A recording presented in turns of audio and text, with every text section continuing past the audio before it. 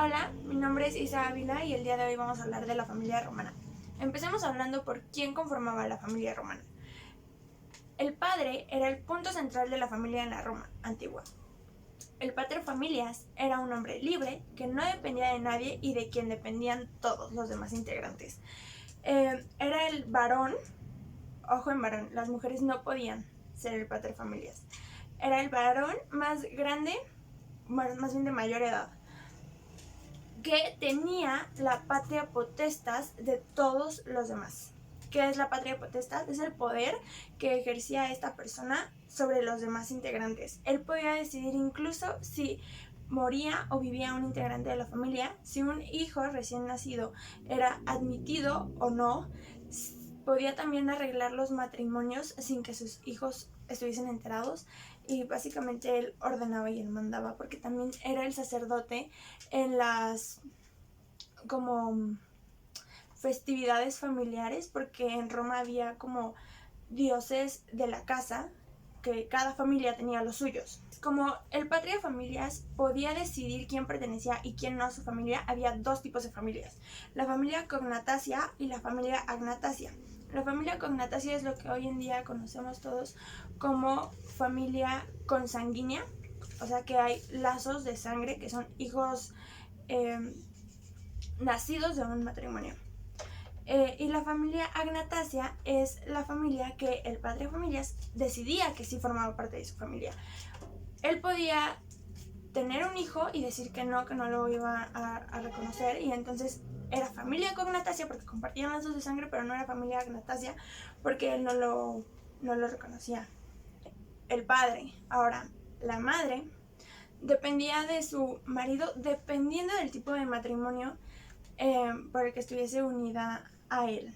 Entonces, el matrimonio, o sea, la justae nuptiae, era la unión de dos personas que en realidad no era tan formal como es hoy en día, porque hoy en día es más bien un contrato. Hoy tú tienes que afirmar que te quieres casar con esa persona.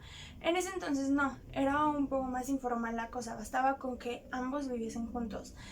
Y había dos tipos de matrimonios, que es el con manu, que quiere decir que la mujer perdía los derechos de su familia de sangre, como herencias y otras cosas, y pasaba a estar bajo la manus de su marido.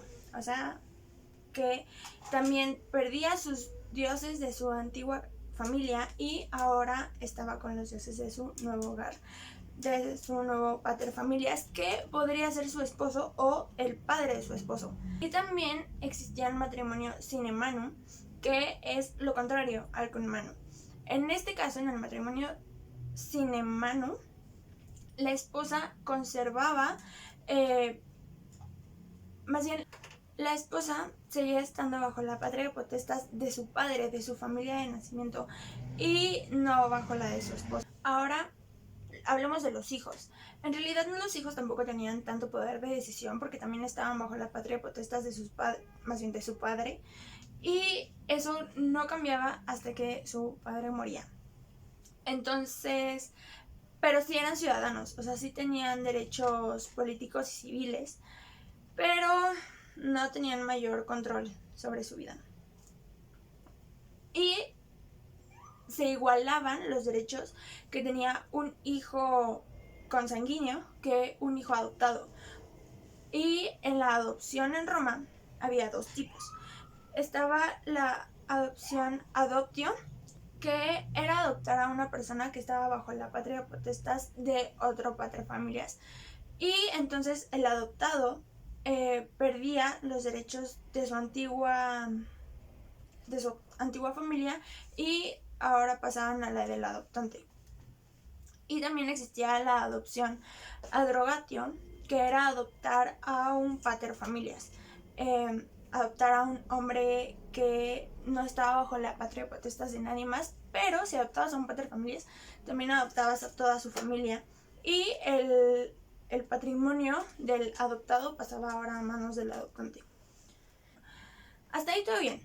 Hemos hablado del padre, de la madre y de los hijos, pero no eran los únicos integrantes de la familia romana. En Roma también se le consideraba parte de la familia a los esclavos y a los clientes.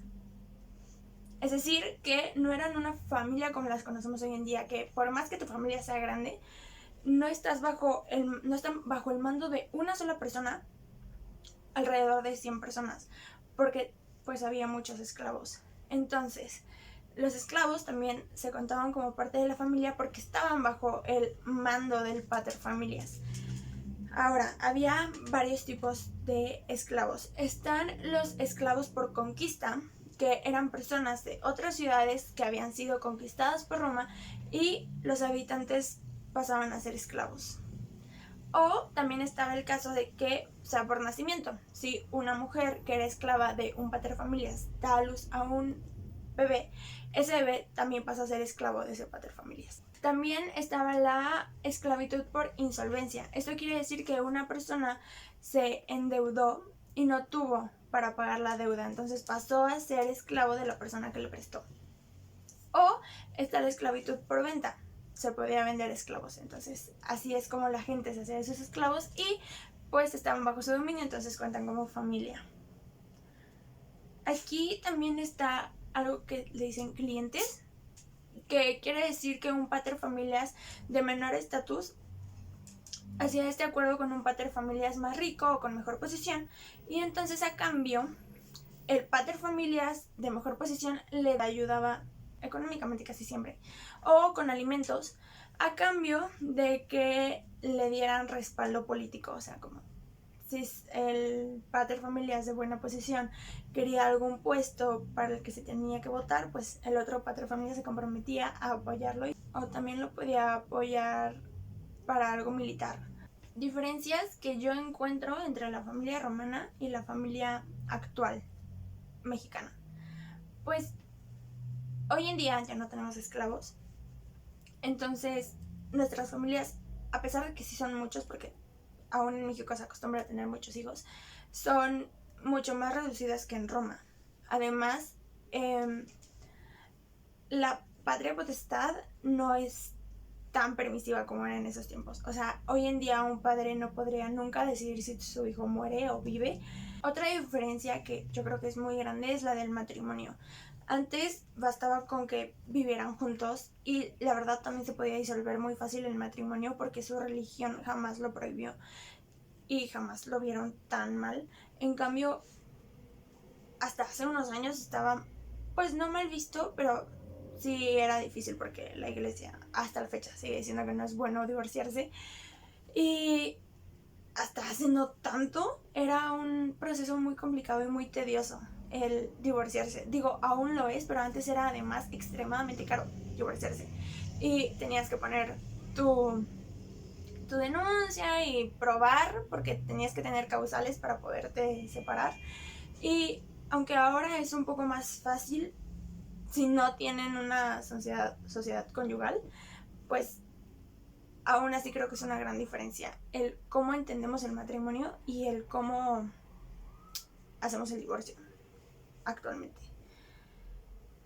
Además que ahora nadie tiene que dar un dote. Otra diferencia es que hoy en día no existe la familia agnatasia. Tenemos distintos tipos de parentesco, como el civil, el de afinidad, el de consanguinidad, pero no tenemos uno que dependa de si el padre quiere o no aceptar al bebé en su familia. Y bueno, eso ha sido todo por el video de hoy. Espero que les haya gustado y espero que me haya dado a entender.